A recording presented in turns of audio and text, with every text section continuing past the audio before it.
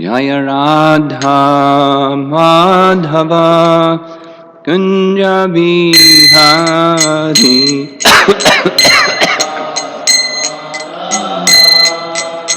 Kunja Jaya Radha Madhava Kunja Bihari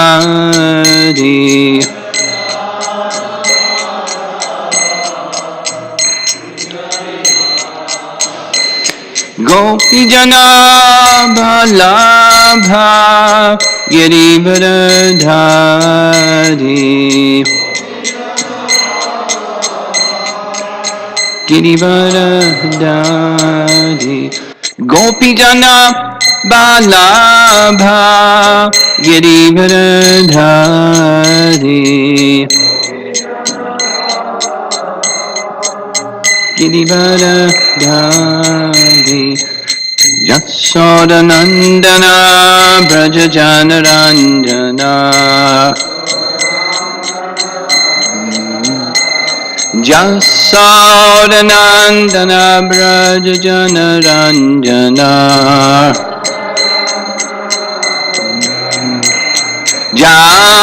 Jamunatira Vanachari Jamunatira Vanachari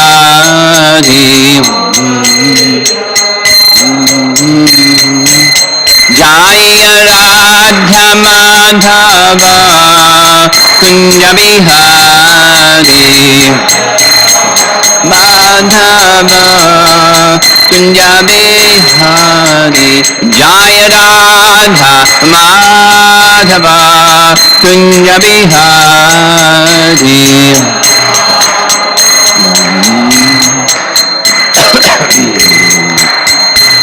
Gopi Jana Balabha Girivardhari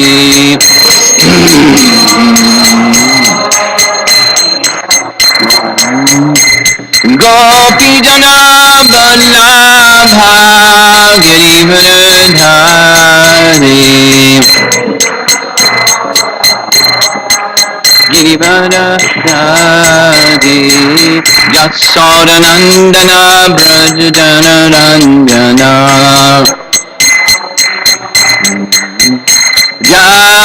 Jasodanandana Brajajanaranjana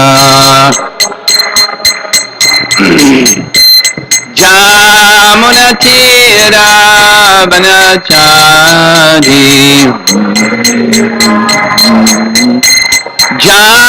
Jamunatira Vanachari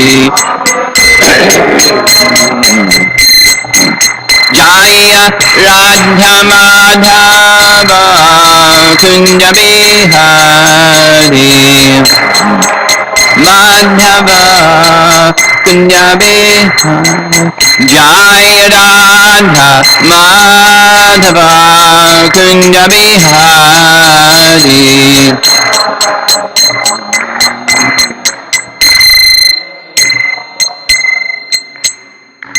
Jaya Vishnupad Paramahamsa Pariviragacharya Astatara Satasi Srimad His Divine Grace A.C. Bhaktivedanta Swami Srila Prabhupada Ki Ananta Koti Vaishnavarinda Ki Grantharaj Srimad Bhagvatam Ki Samveda Bhaktavrinda Ki I Gaur Premanandi. All glories to the assembled devotees. All glories to Sri Guru and Sri Gauranga.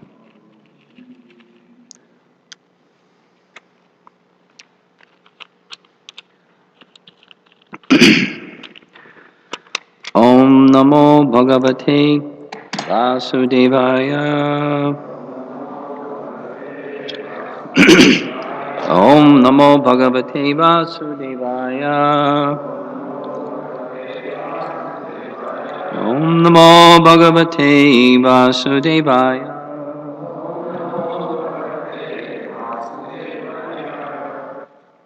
We'll be reading this morning the first two verses of chapter 18, Canto 5. Residents of Jambudweep offer prayers. descent of the Ganges, concluding with Lord Shiva's prayers to the personality of Godhead, have just completed. Here's the introduction to the chapter, kind of chapter summary at the very beginning.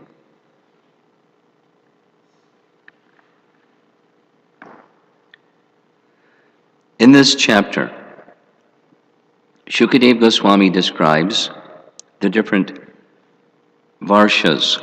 Varshas means tracts of land, territories.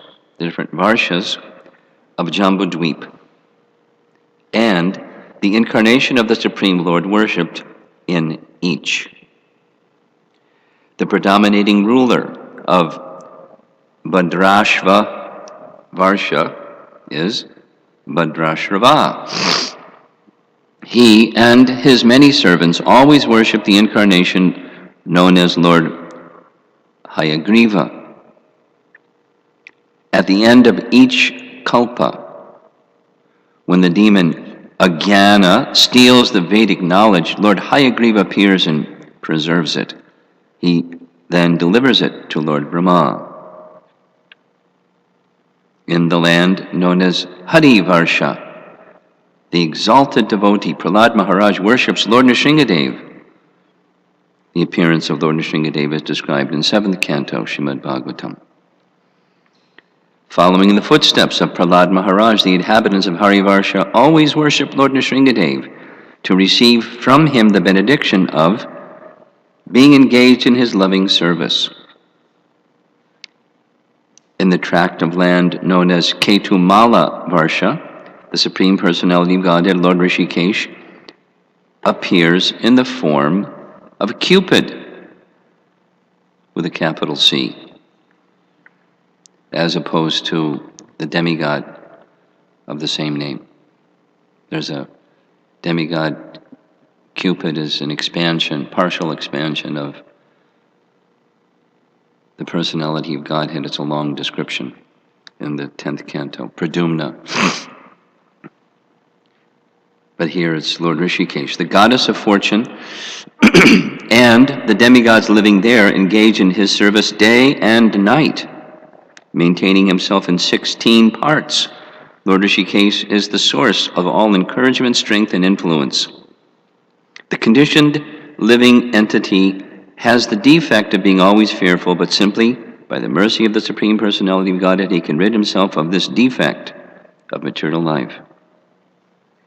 Therefore, the Lord alone can be addressed as Master. In the tract of land known as Ramyaka Varsha, Manu and all the inhabitants worship Matsyadev to this very day. Matsyadev, whose form is pure goodness, is the ruler and maintainer of the whole universe, and as such, he is the director of all the demigods headed by King Indra. In Hiranmaya Varsha, Lord Vishnu has assumed the form of a tortoise, Kurmamurti, and is worshipped there by Aryama, along with all other residents. Similarly, in the tract of land known as Uttarakuru Varsha, Lord Srihari has assumed the form of a boar, and in that form he accepts service from all the inhabitants living there. Paragraph. All the information in this chapter can be fully realized by one who associates with devotees of the Lord. Therefore, in the Shastras, it is recommended that one associates with devotees. This is better than residing on the banks of the Ganges. In the hearts of the pure devotees reside all good sentiments, as well as all the superior qualities of the demigods. In the hearts of the non-devotees, however, there cannot be any good qualities, for such people are simply enchanted by the external illusory energy of the Lord. Following the footsteps of devotees, one should know that the Supreme Personality of Godhead is the only worshipable deity, everyone should accept this proposal and worship the Lord, as stated in Bhagavad Gita 15:15. Vedaishcha sayavayar aham eva vedya. The purpose of studying the Vedic literature is to worship the Supreme Personality of Godhead, Krishna. If, after studying all the Vedic literature, one does not awaken his dormant love for the Supreme Lord, it is to be understood that he has labored for nothing. He has simply wasted his time. Lacking attachment for the Supreme Personality of Godhead, he remains attached to family life in this material world. Here comes the bombshell. Thus, the lesson in this chapter is that one should get out of family life and completely take shelter of the lotus feet of the Lord. Nice conclusion. Text number 1. There's nothing on the board because this is prose, and I'm not even going to attempt to read the prose. I'm not a good Sanskritist. Here's the translation. Sri Shukadev Goswami said, Bhadrashrava, the son of Dharmaraj, rules the tract of land known as Bhadrashva Varsha. Just as Lord Shiva worships Sankarshana in Ilavrita Varsha, Bhadrashrava, accompanied by his intimate servants and all the residents of the land, worships the plenary expansion of Vasudev known as Haya Shirsha. Lord Haya Shirsha is very dear to the devotees, and he is the director of all religious principles. Fixed in the topmost trance, Bhadrashrava and his associates offer their respectful obeisances to the Lord and chant the following prayers with careful pronunciation. No purport. Here's the prayer, text 2. The ruler, Bhadrashrava, and his intimate associates utter the following prayer. We offer our respectful obeisances unto the Supreme Personality of Godhead, the reservoir of all religious principles, who cleanses the heart of the conditioned soul in this material world. Again and again we offer our respectful obeisances unto him. And now Prabhupada's purport. Prabhupada's got his cutting away the affinity for matter bhav going.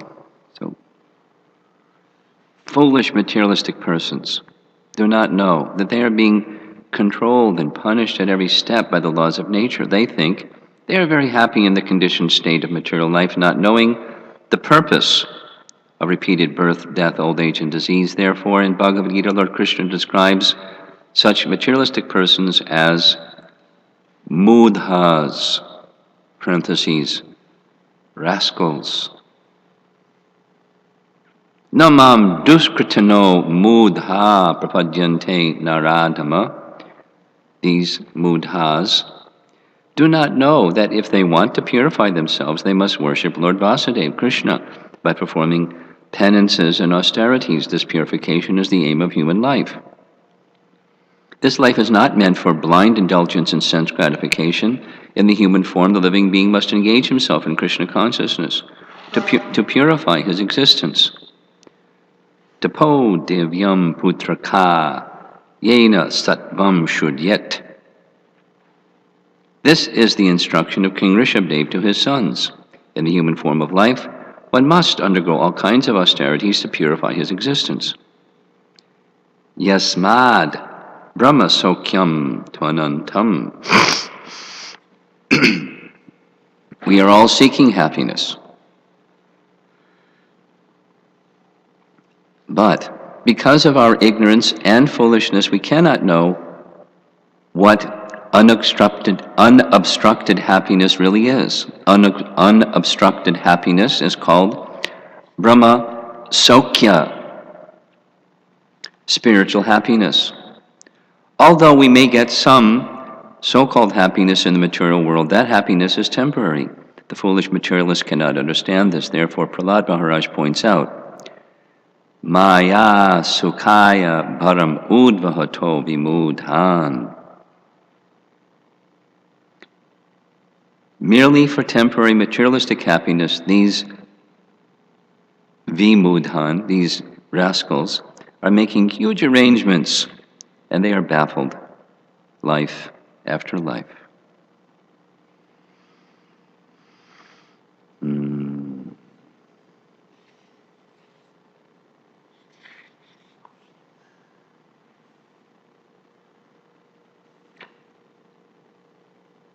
I don't know if this is a editing matter.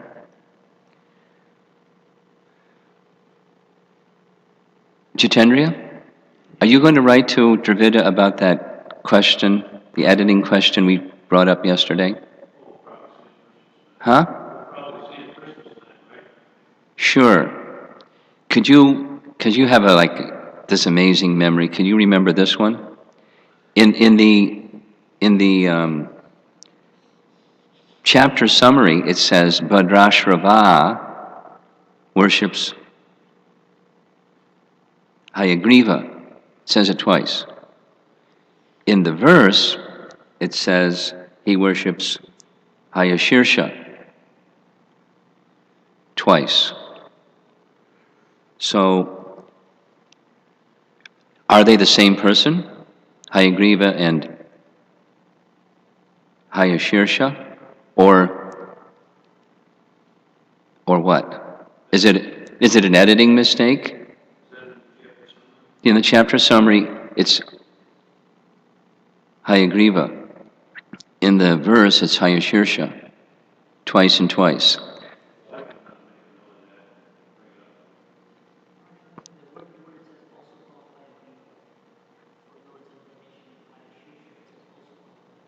Look at that.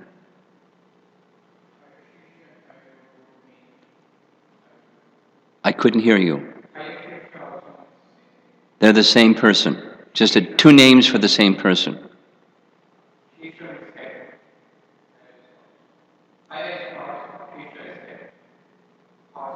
Horsehead, Hayashirsha, and Hayagriva. What does Griva mean?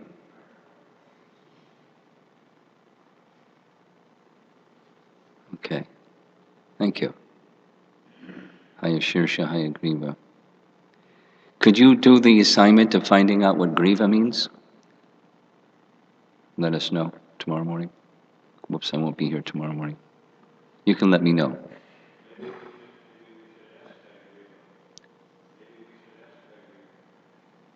Well, that's a little difficult because he's departed, isn't he?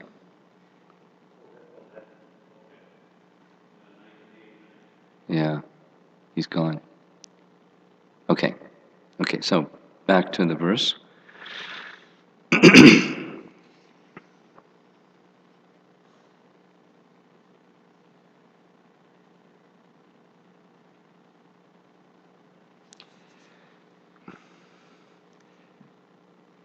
There's some easy parts and there's some difficult parts and there's some scratch your head parts of this fifth canto.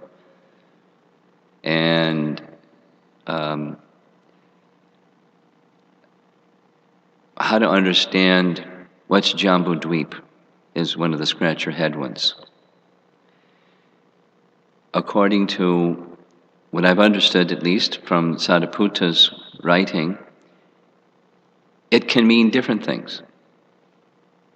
Here we go.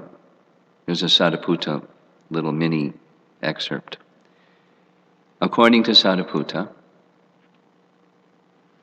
the description of the universe found in Srimad Bhagvatam and the Vishnu Purana and Mahabharata and other references, specifically though in Srimad Bhagvatam, it is in one depiction, it's several different models of the universe. he gives two examples from a painting. There's a painting he presents in his book and also his little DVD.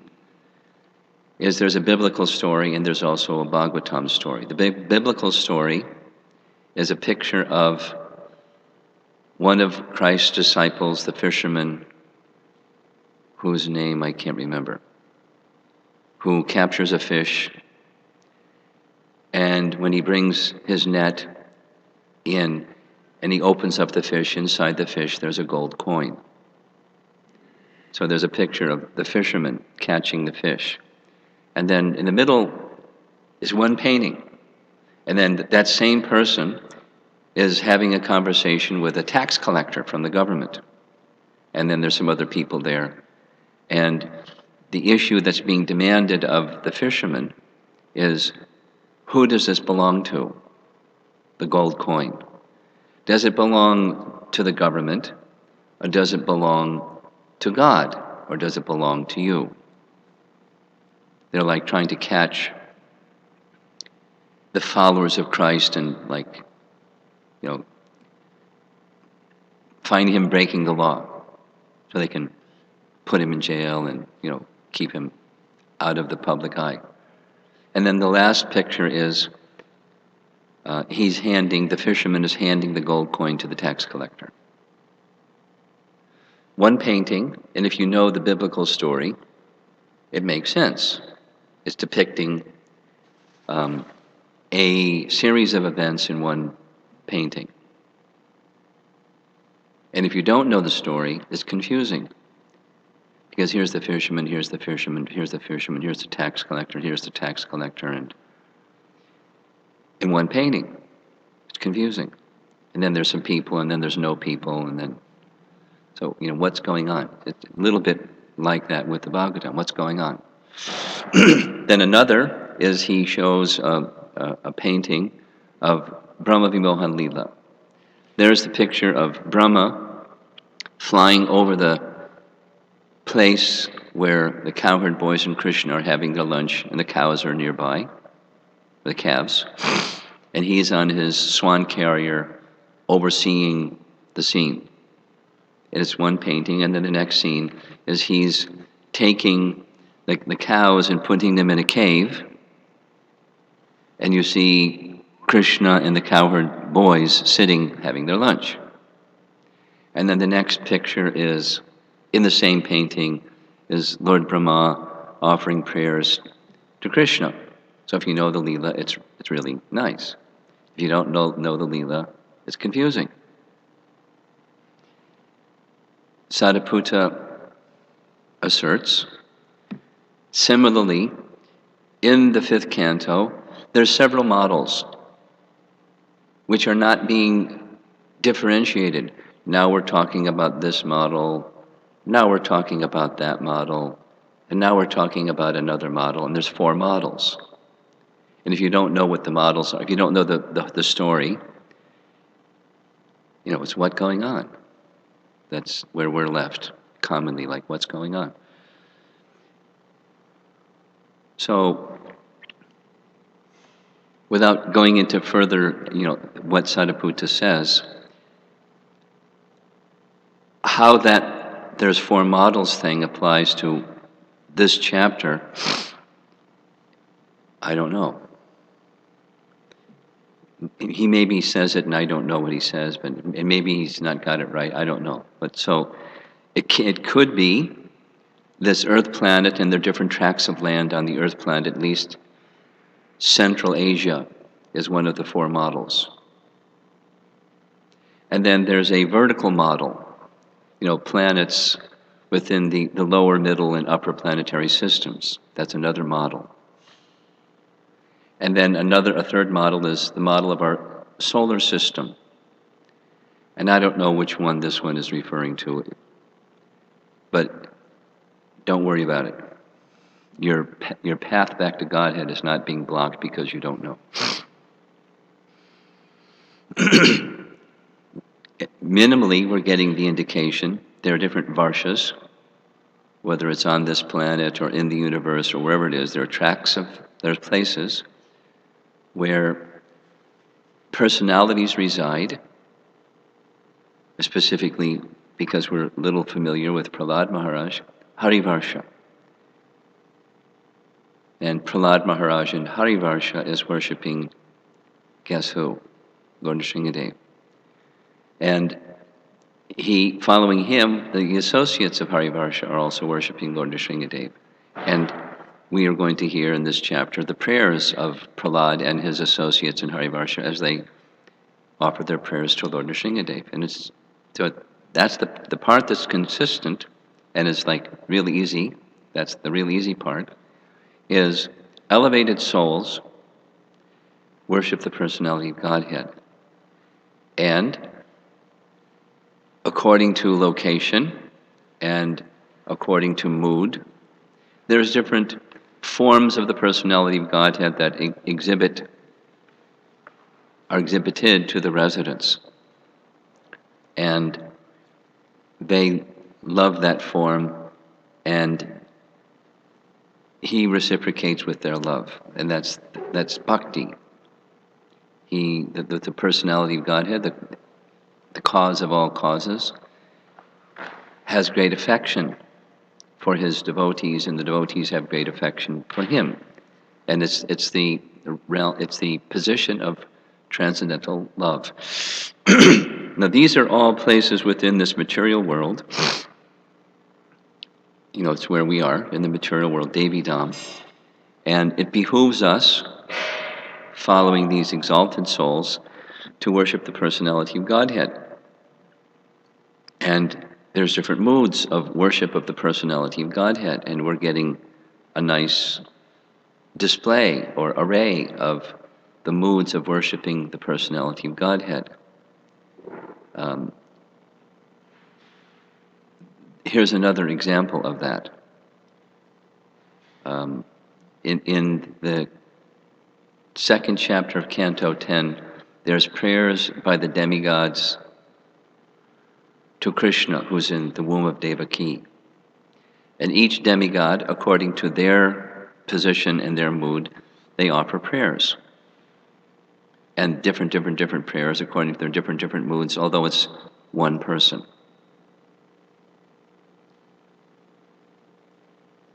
Krishna within the womb of Devaki.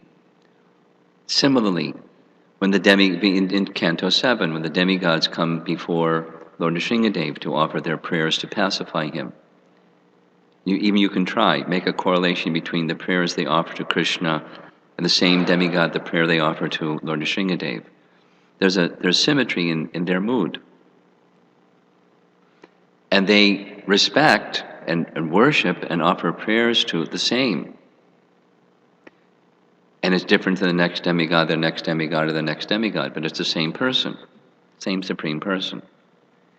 Now in this case, it's different names. And Hayashirsha, horse-headed. Yes, Shirsha means head. So, neck. Shirsha means neck. Okay, so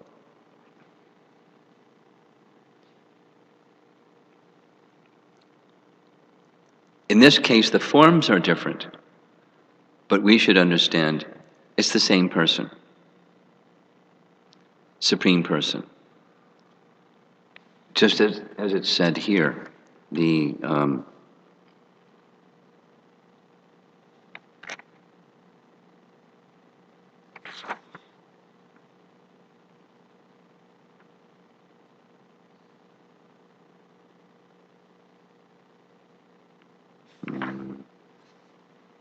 personality, I can't find the reference right now. He's situated in the personality of Godhead is beyond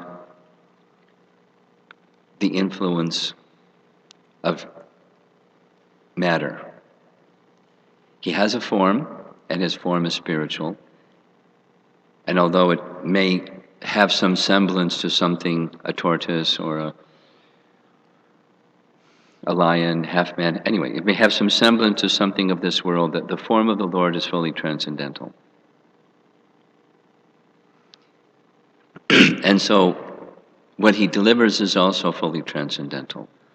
And the worshippers of the Supreme Lord should see him. We should see him as fully transcendental. And the more that we can see him fully transcendental, the less interference or static there'll be in the mood of devotion and prayer. So, I wanted to spend a little bit of time on a question that was brought up in a discussion yesterday with one devotee about Prabhupada's strong language. And he starts the purport, foolish materialistic persons,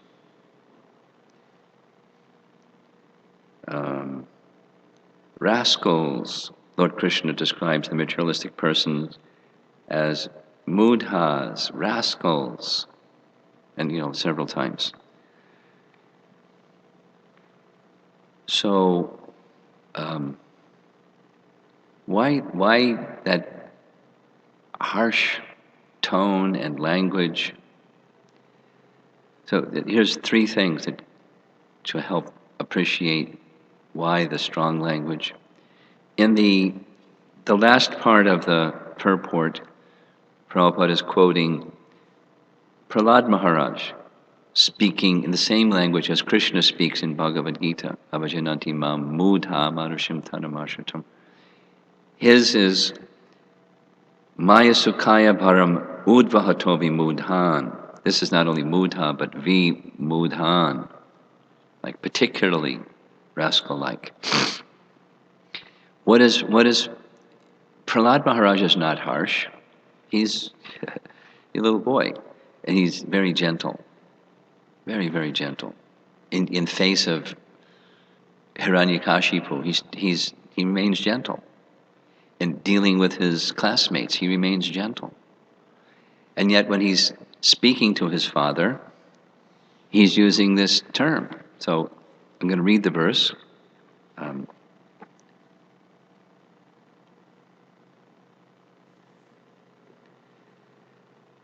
This is Prahlad offering prayers to Lord Nrsingadev. That's where this appears, chapter 9 from Canto 7. O best of the great personalities, Prahlad speaking to Lord Nrsingadev, I am not at all afraid of material existence, for wherever I stay, I am fully absorbed in thoughts of your glories and activities. As Prabhupada is stating in his purport, fear is something that conditioned souls carry, but they can go on the other side of fear by shelter in transcendence. Because where there's shelter in transcendence, what is there to fear? Whatever there is if we fear, we may lose something. Of course, we are going to lose whatever it is that's of this material world, but being attached, being afraid of losing your money, or losing your friends or family members, or losing your life, or whatever, losing your wallet, or whatever people are afraid of losing. But when one sees those things as temporary and the position of shelter of the personality of Godhead as a position of real, permanent well-being, then there's no fear of loss of something, which is here today and gone tomorrow, or maybe in the next moment it's gone. One isn't protective of things of this world. The Lord is my protector, and that which I require He'll take care of, and my real position is His shelter. So Prahlad is saying like that, I feel no fear. The demigods, they're seeing your form, and they're afraid, because you're roaring so loudly, and your big pinching teeth and sharp claws, and they're afraid. But I'm not afraid, because I know those are meant for the non-devotees, not for the devotees. Those are meant for the non-devotees, not the devotees. So I have no fear. That's the starting point. He's in his transcendental position. No fear in face of Lord Nrsingadev, in his still roaring position. And he accomplishes that by remembrance of the 9 processes. One of them is smaranam, and that's Prahlad's perfection. He's always remembering. And by always remembering, he's fearless. Then, my concern is only for the fools and rascals. There's the harsh speech. Who are making elaborate plans for material happiness and maintaining their families, societies, and countries. And then comes the last part. I am simply concerned with love for them. Why is he speaking, on the one hand, of fools and rascals, and then on the other hand, my only concern is love for them? Is it inconsistent to think of someone who's doing something that's very foolish and consider it foolish, at the same time feel love for that person?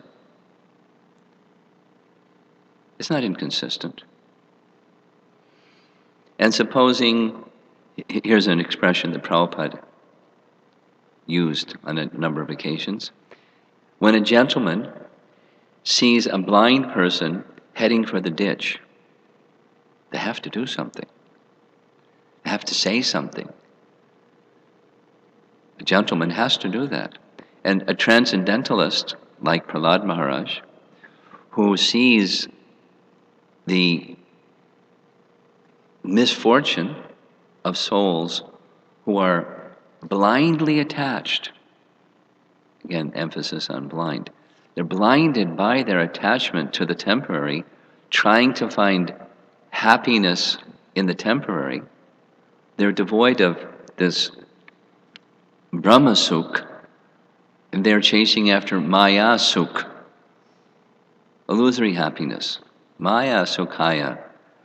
Bharam. Bharam means a false burden or responsibility. I have to maintain my family. I have all these obligations. I have to. It's the Pralambasura mentality. I have all these things I've got to do. How can I take up spiritual life? I've got so many responsibilities. And in that, I'm finding a sense of happiness by working in an attached mood for illusory things, illusory responsibilities. Bharam. Udvahato. Udvahato means those who are creating their plans to maintain these responsibilities and call it happiness, and and responsible life.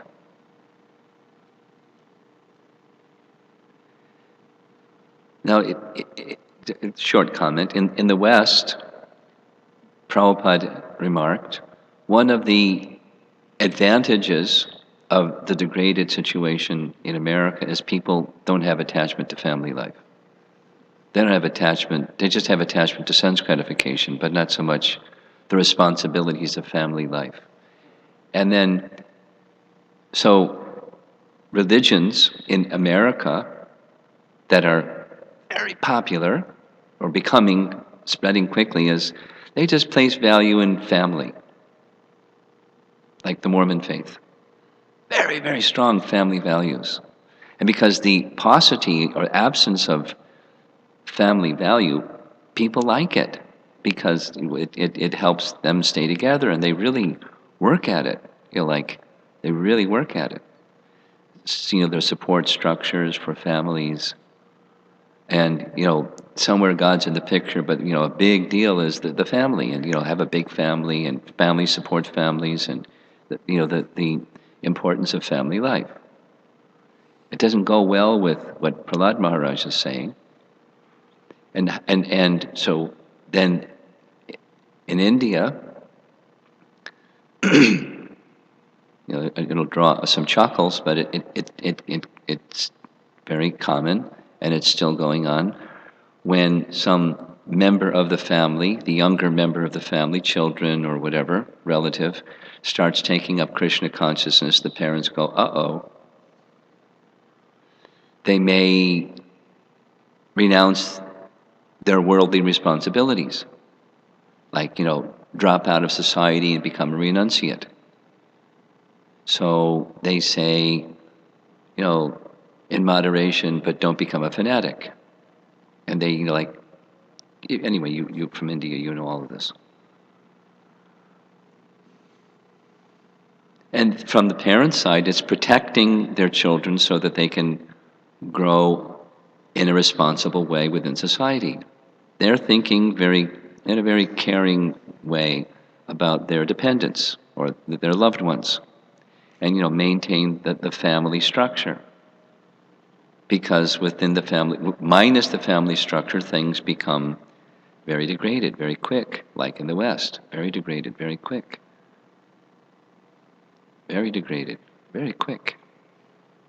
No support structure.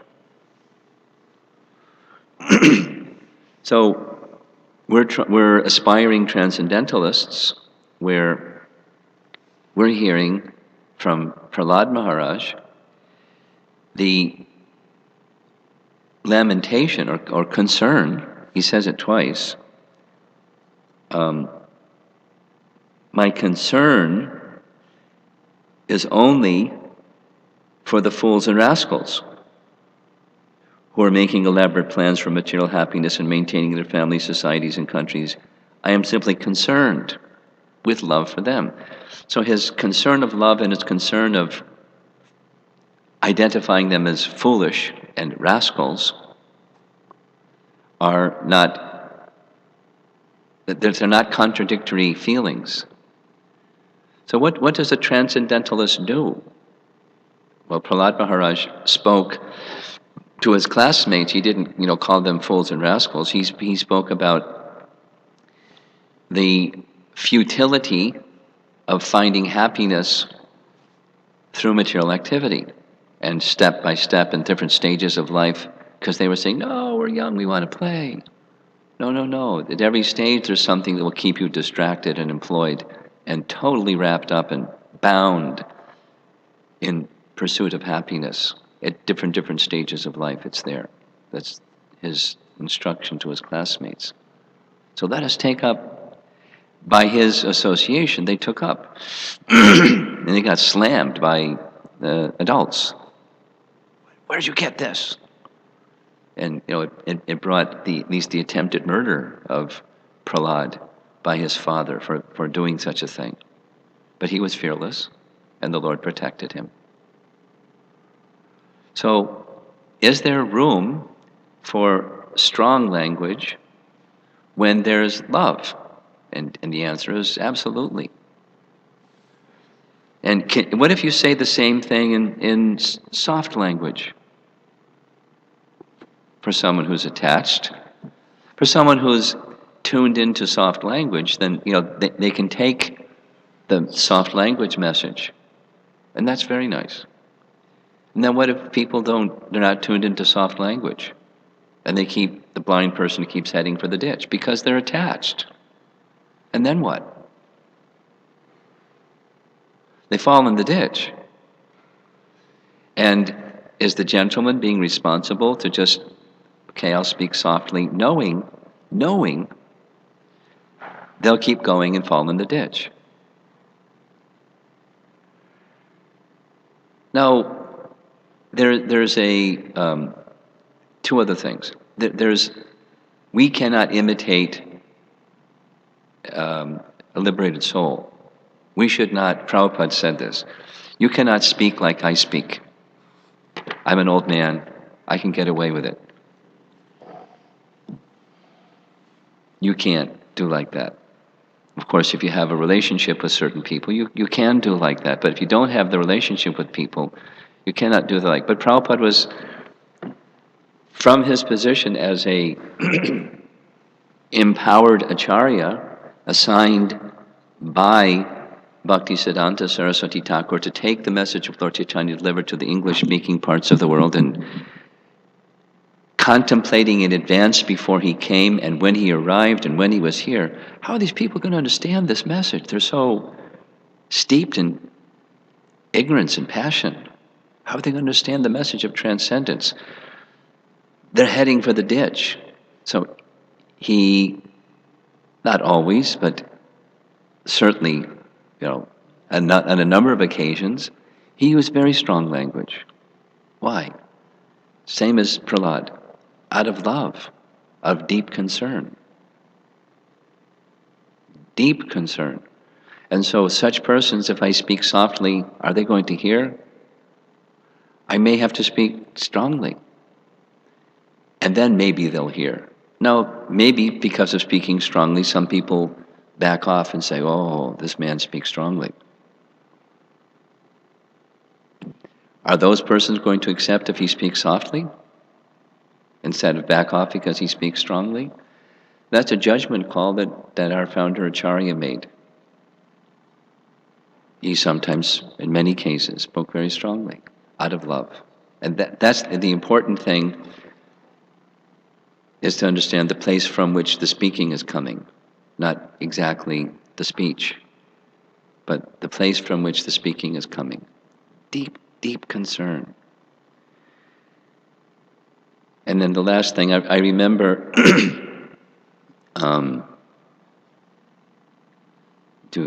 Jitendra will remember along with me that video or the film of Prabhupada sitting in his garden in the side of the Los Angeles temple with all the professors sitting there, and Prabhupada was using, rascal.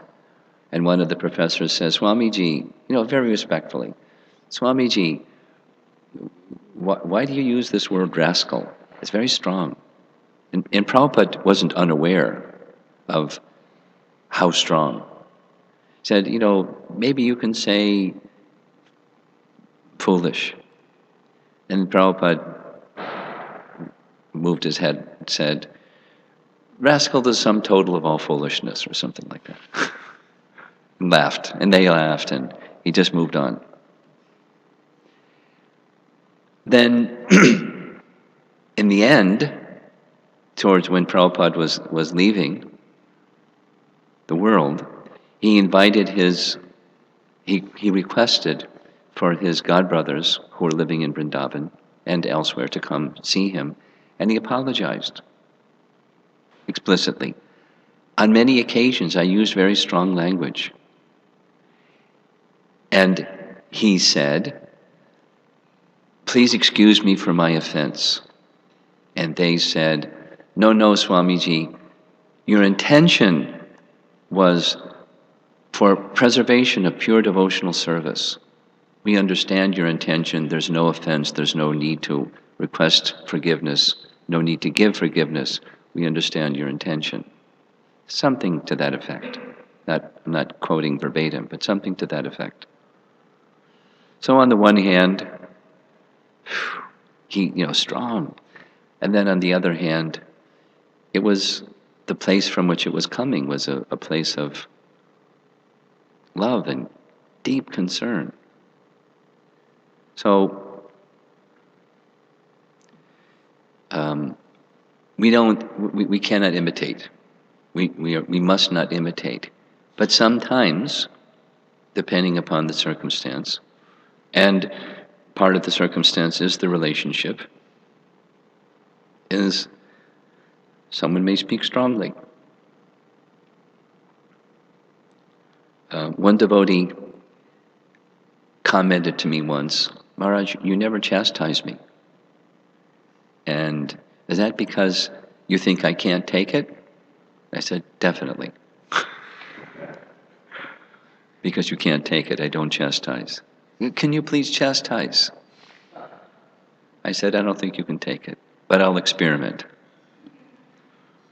But not right now. So later, mild. Oh, ooh. I said, I told you, you can't take it. And what's the consequence of not chastising or not correcting a person when they're heading for the ditch? Is they'll fall in the ditch. But such people, because they can't take it, may have to learn the hard way. Some people just have to learn the hard way. The school of hard knocks, as they say, just because they can't take it. But when you receive a strong message and you know that the person is speaking from a position of deep concern, like Prahlad, and love for the person, take it in the right way. It's to help me not fall in the ditch. It's to keep me in the middle of the road, in a safe position. It's kindness. And we can't always take that kind of kindness. We like the other kind. And part of the problem with the other kind is take it or leave it, depending upon how attached we are. And especially if we're really attached, we leave it. And then we fall in the ditch, or we have a problem it's just unnecessary. Just stay in the middle of the road. Stay fixed in the process of pursuing shelter in the personality of Godhead exclusively, and don't dilly-dally over here. Here's one chastisement from Prabhupada. This is a morning walk in Mayapur. There was a conversation about, some devotees are doing this, Prabhupada, and what should be done. And Prabhupada, rather than addressing the particular, he said, you Western people, devotees, you like to flirt with Maya. It is like, and he would pause, and it's like going out on a branch and seeing how far out on the branch you can go before you hear the branch starting to crack, and then you run back to the trunk of the tree. But sometimes the branch breaks. You Western devotees are like that. It was a chastisement. And it's true. But with the curiosity thing, how far out can I go before? Devamrita Maharaj calls it, he uses a sports analogy. It's like, the catcher that's running down the sideline and to catch the pass, and it's just like right on the edge of the out of bounds. And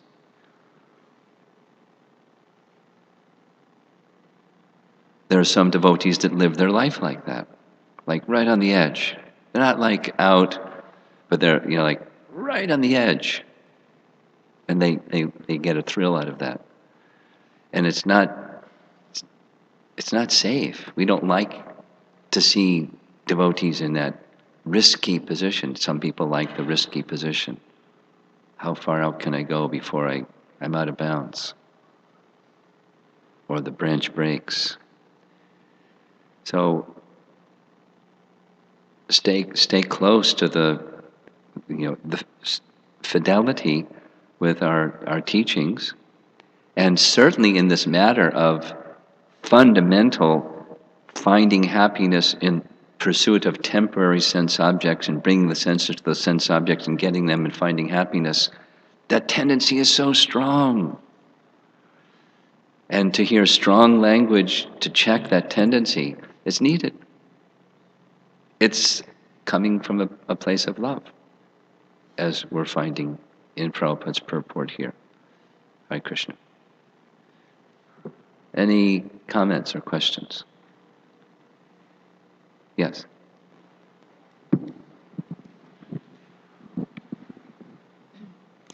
Maharaj, in the Bhagavad Gita, in the beginning of Bhagavad Gita, Krishna says about the role of chastity of women and how it if it can create Varna Sankara. Yes? So, could you explain a little bit more role of chastity? Because I don't see it in the society, especially here in the West. In You do or you India, don't see it? I don't see it. You don't see Chastity. unwanted children? I don't see chastity. Oh, okay. Because what I see is like they move from one relationship to another relationship to another relationship. Like that's not chastity. Yeah. And also I have seen the other side in India growing up that even if it's the worst relationship, like they just stay together, the husband and wife. That's religious.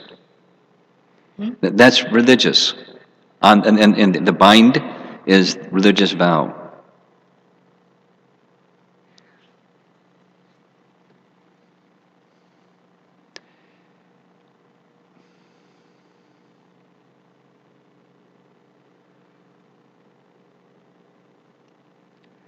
So what would you like me to speak about? You're making a comment. What would you like me to speak about? Just acknowledge, yes, it's true, there's not chastity. No, like as devotees, what are we supposed to do? What are we supposed to do? Be chaste. Be chaste. And be an example of that chastity. That's what we're supposed to do. And speak its message. That's what we're supposed to do. But more important is set a nice example.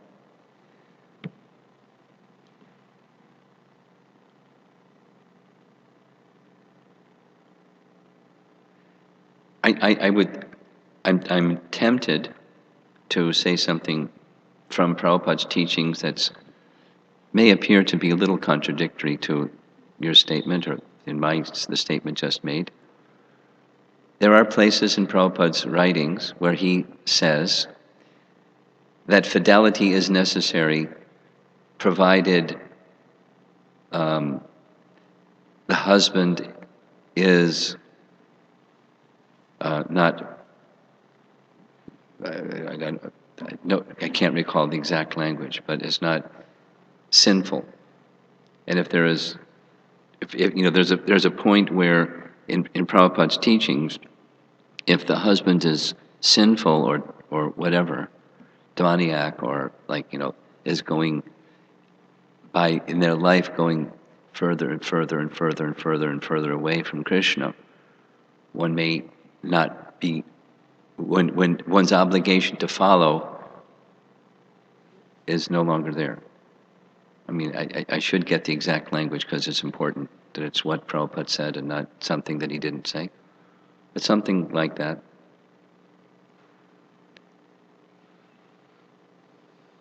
And in those occasions, Prabhupada would say, make Krishna your husband.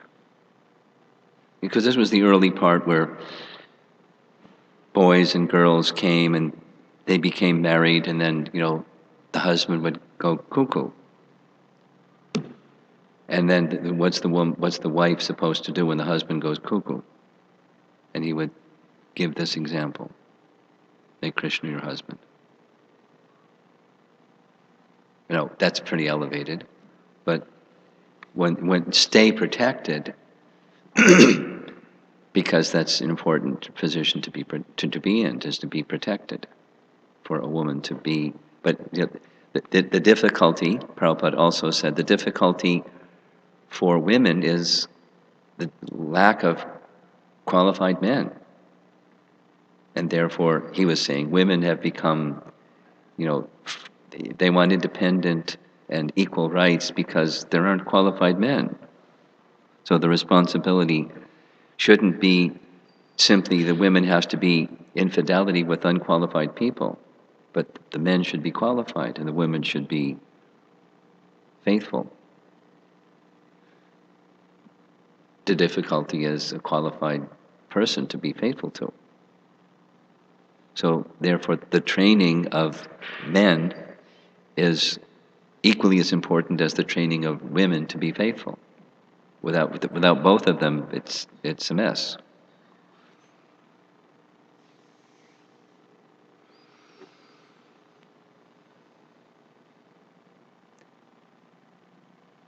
And abusiveness is an example of, where one need no longer remain faithful.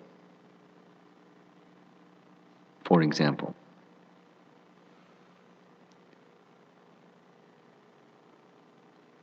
Having had to deal with situations like that where, the husband is violent and the wife is supposed to be faithful.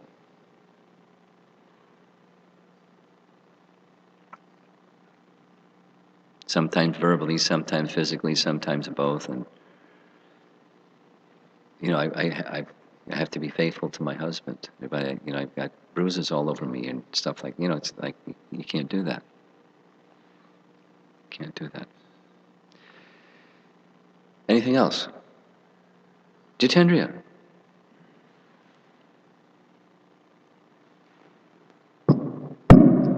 Wasn't Dhritarashtra's wife considered to be the emblem of chastity? Yes, she's one of some Exalted. special exalted personalities. But she females. had to tolerate quite a bit. She had to tolerate quite a bit. She sure did. She knew better, but she also had her attachment. She was also, in addition to being faithful to her husband, she was also attached like her husband to her sons being the king and so on. There was like, not like him, but to a degree she was like that too. Prabhupada called Dhritarashtra, he was blind spiritually, and he even says he was a fool. Yeah. Yeah. Anything else? Yes. Jai Jagannath. This only took up a small portion of the discussion, but you were mentioning about the different moods of devotion of the devas Yeah. in relationship to the Supreme Lord. Anyway, this is a very classic question, but that I've asked particularly several occasions about like-minded association. Which kind? Like-minded association. Okay. We learn in the Nectar of Devotion of the 5 most important angas. One of them is, of course, sadhu sangha, but the language that is particularly used is like-minded association. And so I was kind of wondering, again, like I said, I've asked this question many times, but accommodating this variety of moods of devotion and the like-minded association, reconciling these two, particularly in a situation where you feel that you're not amongst like-minded association in terms of a mood of devotion. That's the particular scenario that I'm thinking of. Well, here's some thoughts on that.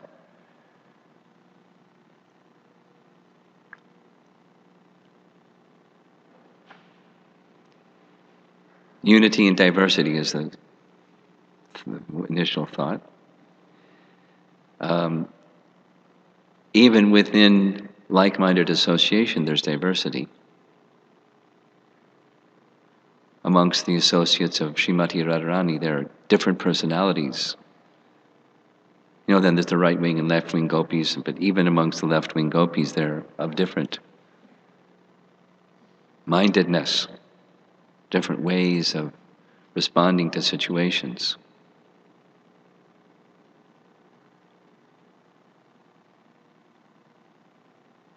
And while they had some of their like-minded associates, general left-wing, they were able to associate, and they circumstantially they associated with all different types. And let's say, interactions with the cowherd boys, the gopas and the gopis, that, intimate friends of Krishna and intimate friends of Radharani, and they would have different types of interactions, sometimes seemingly, very feisty and sometimes very wonderful. I'm thinking of one pastime at Man Mandir, where Subal, who sometimes is on the other side, but Subal and Vishaka had had planned together a meeting of Radha and Krishna. And so Radha was at the appointed place at the right time, and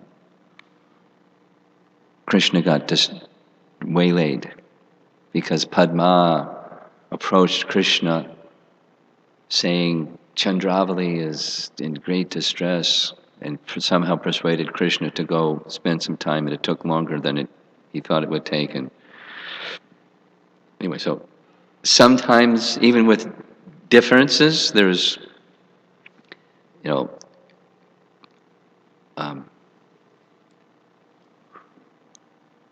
speaking now of Krishna's eternal pastimes, there are times when there's complete harmony, there's times when there looks like dissidence. Then coming down to our position, a little bit above our position, the followers of Chaitanya Mahaprabhu, even amongst the 6 Goswamis, there were differences of disposition, but then there were similarities which they shared, and they would engage in Krishna Katha together, although of different moods.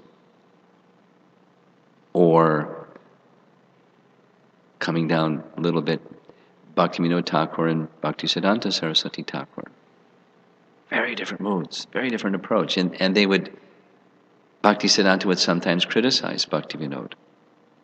At the same time, he had greatest respect for him. And sometimes Bhaktivinoda would chastise Bhaktisiddhanta.